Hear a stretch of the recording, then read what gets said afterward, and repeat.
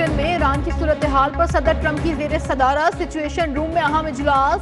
अमरीकी नायब सदर जेडे वेंस भी शरीक थे। आपने हुर्मुज़ से मुतालिक नई सूरत हाल और ईरान से मुज़ाकरात पर गौर। इजलास के दौरान सदर ट्रंप ने फील्ड मार्शल सैयद आसिम मुनीर और ईरानी हुक्काम से भी फोन पर बातचीत की। अमरीकी मीडिया का दावा।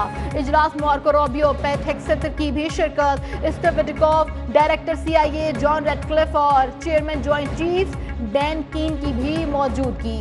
अहम अमरीकी अहदेदार का कहना है कि अगर मुज़ाकरात में ब्रेक थ्रू ना हुआ तो आइंदा चंद रोज में जंग दोबारा शुरू की जा सकती है। व्हाइट हाउस ने सिचुएशन रूम इजलास से मुतालिक ताहाल कोई बयान जारी नहीं किया।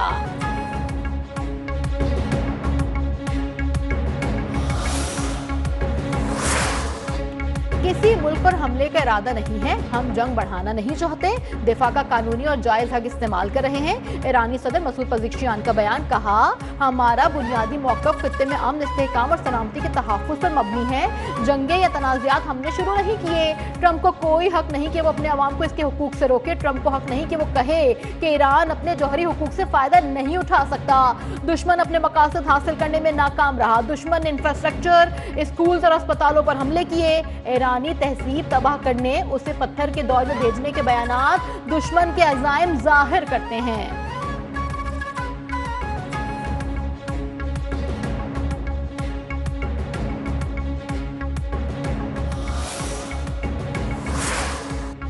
अमेरिका से मुज़ाकरात में पेशरफ्त हुई है, लेकिन अब भी बहुत फासला है।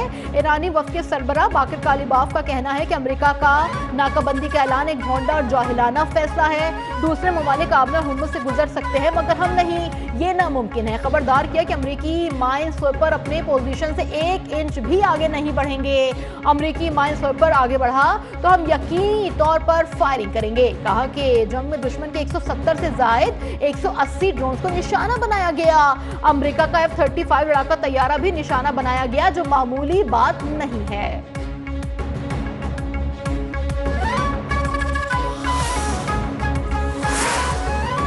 ईरान पर मुसल्लह जंग दोबारा शुरू की गई तो यह आलमी जंग में तब्दील होगी और इस बार रवामाल के लिए तैयार किए गए मिसाइलों से जवाब दिया जाएगा।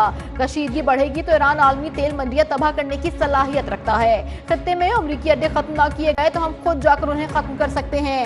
ईरानी जनरल मोहम्मद रजा की वार्निंग। कहा, अगर वो हमारे बिजली घरों को निशाना बनाएंगे तो वो भी अपने बिजली घरों से महरूम हो जाएंगे। अमेरिका किसी भी सूरत ईरान की मिसाइल बनाने की सलाहियतों को नहीं रोक सकता।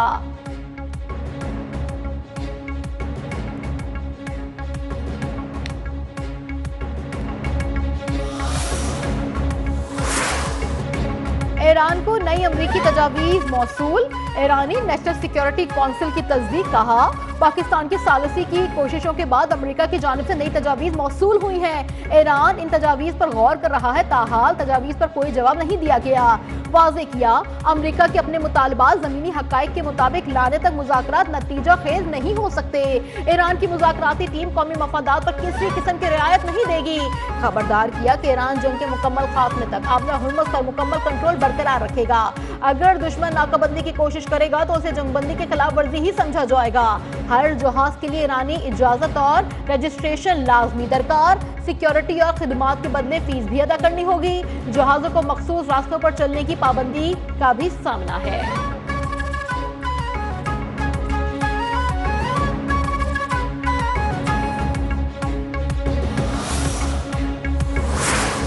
आलमी तिजारत को एक और खतरा। यमन के हौसियों ने अपना बाबुल मंदब बंद करने की धमकी दे दी। सनआ में हौसी हुकूमत के नायब वजीर खारजा ने कहा है कि अमरीकी सदर डोनाल्ड ट्रंप अमन के क़याम में रुकावटें डालना बंद करें।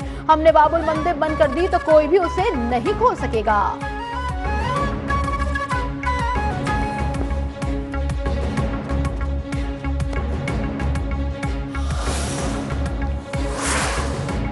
साबिक अमरीकी नायब सदर कैमला हैरिस ने ईरान जंग का फैसला अमरीकी अवाम की ख्वाहिशात के बरक्स करार दे दिया।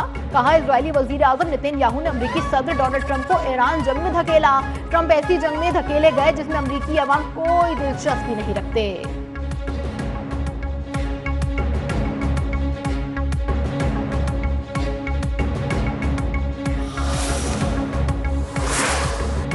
जंगबंदी खत्म होने पर इजराइल और अमेरिका ईरान पर हमले के लिए तैयार हैं। ईरान में मुमकिन अहदाफ की नई फहरिस्त तैयार कर ली गई। इजरायली अहदेदार का दावा, कहा मिलिट्री इंटेलिजेंस ईरान की सूरत हाल पर नजर रखे हुए हैं। ईरान की तवानाई तंसीबात भी मुमकिन अहदाफ में शामिल है।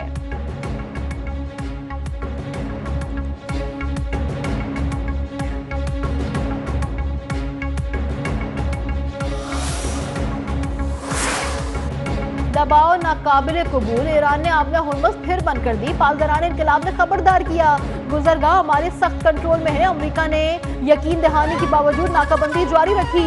आजादाना आमदोरफ्त यकीनी बनाने तक गुजरगाह नहीं खोलेगी। पासदारान इनकलाब ने भारतीय तेल बरदार 2 बहरी जहाजों को आबला हुर्मुज़ से गुजरने से रोक दिया। जहाजों पर फायरिंग भी की गई। टैंकर और अमला महफूज रहा। भारतीय जहाजों में 20 लाख बैरल इराकी तेल मौजूद था।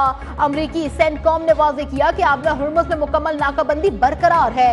आगाज से अब तक 23 जहाज वापस मोड़े गए हैं। जेराल्ड फोर्ड बुहेरा अहमर में मौजूद हैं। अमरीकी फोर्सेस की जानिब से 13 अप्रैल को शुरू होने वाली नाकाबंदी अब भी नाफिजुल अमल है।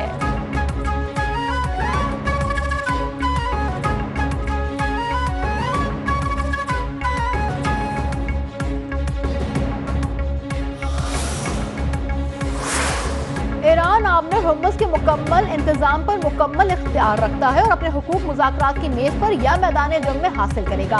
ईरान के नायब सदर मोहम्मद रजा आरिफ का पोर्ट्स एंड मैरीटाइम ऑर्गेनाइजेशन का दौरा, अमरीकी सदर डोनाल्ड ट्रंप की हालिया धमकियों को मुस्तरद करते हुए उन्हें बयानबाजी, झूठ और वहम करार दे दिया। कहा कि उनका जवाब देने की कोई जरूरत नहीं। ईरान बैरूनी दबाव के बावजूद आबला हुर्मुज़ पर अपनी खुद मुख्तारी को नाफिज करने के अज़म पर कायम है।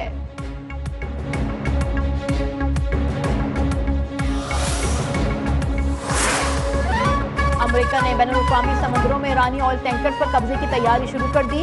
अमेरिकी जरीदे वॉल स्ट्रीट जर्नल का दावा, अमेरिकी अखबार की रिपोर्ट के मुताबिक अमेरिका इस इक़दाम से ईरान पर दबाव डालना चाहता है कि वो आबला हुर्मुज़ खोलकर और अपने एटमी प्रोग्राम से मुताल्लिक अमेरिकी मुतालबात तस्लीम कर ले।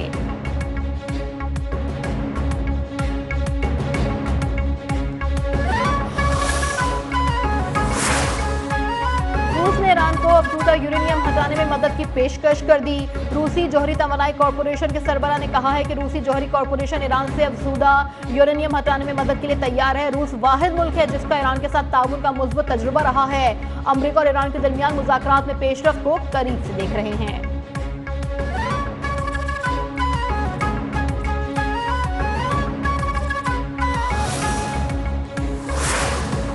गजा में इजरायली बर्बरियत बदस्तूर जारी, गुज़िश्ता 24 घंटों में मज़ीद 7 फ़लस्तीनी शहीद जबकि 24 जख्मी हो गए। जंग बंदी के बाद से 773 अफराद शहीद और 2171 जख्मी हो चुके।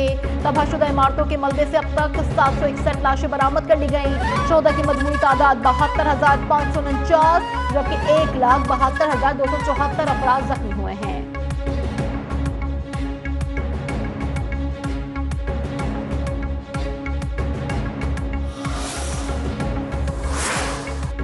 पाकिस्तान, सऊदी अरबिया, तुर्किया, मिस्र, कुवैत और इंडोनेशिया समेत 12 ममालिक की जानिब से नाम नहाद सोमालीलैंड में इजरायली सिफारती नुमाइंदे की तैनाती की शदीद मजम्मत। 12 ममालिक के वज़ीर ख़ारजा का मुश्तरका एलामिया जारी। मुश्तरका एलामिया में कहा गया है कि इजरायली इक़दाम सोमालिया की खुद मुख्तारी और इलाकाई सालमियत की खुली खिलाफ वर्जी है।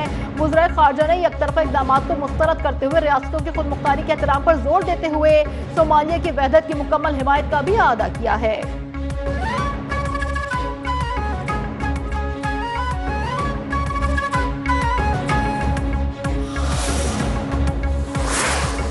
पाकिस्तान अपनी मुतवाज़िन हिकमत अमली और अमरीकी ईरान जंग में कामयाब सालिसी से आलमी सतह पर तवज्जो का मरकज बन गया, जबकि भारत की गैर वाज़ेह खारजा पॉलिसी सख्त तनकीद की जद में है। पाकिस्तान से बेहतरीन ताल्लुकात के बाद अमरीका के लिए भारत पर एतमाद करना मुश्किल हो गया है।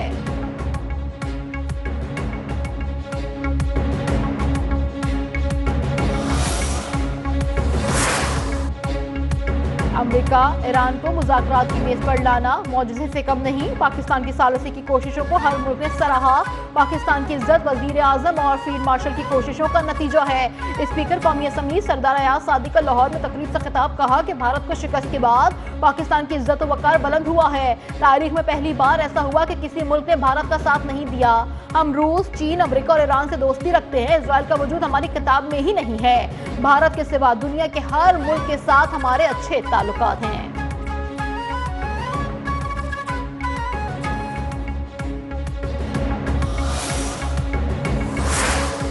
आज सारी दुनिया पाकिस्तान पाकिस्तान कर रही है या नहीं कर रही है? पाकिस्तान जरूरत बन गया है। रूसी आपके गीत गा रहे हैं, चीनी आपके गीत गा रहे हैं, यूरोप सारा आपके गीत गा रहा है।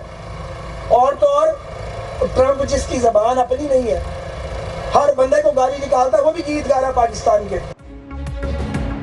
हम पहले खुद मसले में थे, आज दुनिया के मसले हल कर रहे हैं। पूरी दुनिया पाकिस्तान की तरफ देख रही है। सिविल और फौजी क़यादत एक पेज पर है। वजीर आजम शहबाज शरीफ और फील्ड मार्शल सैयद आसिम मुनीर का पूरी दुनिया में चर्चा हो रहा है। डोनाल्ड ट्रंप भी पाकिस्तान के गुण गा रहे हैं। रहनुमा मुस्लिम लीग नून ख्वाजा साद रफीक का लाहौर में खिताब, कहा अफवाज पाकिस्तान ने 5 गुना बड़े दुश्मन को शिकस्त दी। पाक फजाइया ने दुश्मन के 7 जहाज गिराए। भारत ने पाकिस्तान पर हमला करके गलत ही कर दी। भारत हमला ना करता तो किस तरह पता चलता कि हम उसे शिकस्त दे सकते हैं।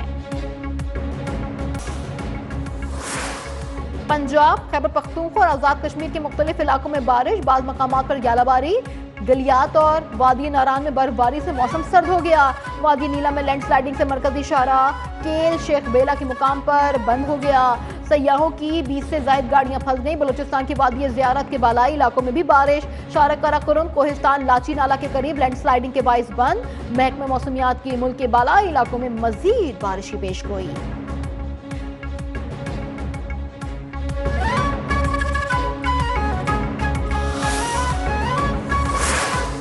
कुदरती हुस्न के दिलकश मरकज नारान जाने वाले सयाहों के लिए खुशखबरी। नारान तक सड़क को बर्फ हटाकर ट्रैफिक के लिए खोल दिया गया। बाबूसर टॉप से भी बर्फ हटा दी गई। सयाहों को गिलगित बल्तिस्तान के लिए भी रसाई हासिल हो गई।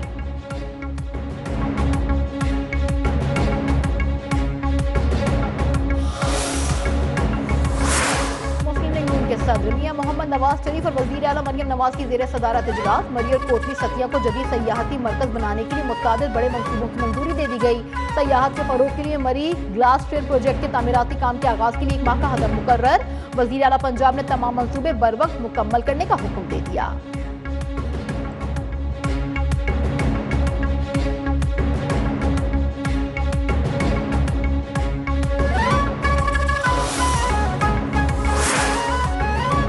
हुकूमत की जानिब से डीजल की कीमतों में कमी का फायदा आवाम को नहीं पहुंच सका। पब्लिक ट्रांसपोर्ट के किराए कम न हो सके। इंतजामिया ने मुसाफिरों को ट्रांसपोर्टर्स के रहमो करम पर छोड़ दिया। शहरियों का मुतालबा है कि डीजल की कीमतों में कमी का फायदा आवाम तक पहुंचाया जाए।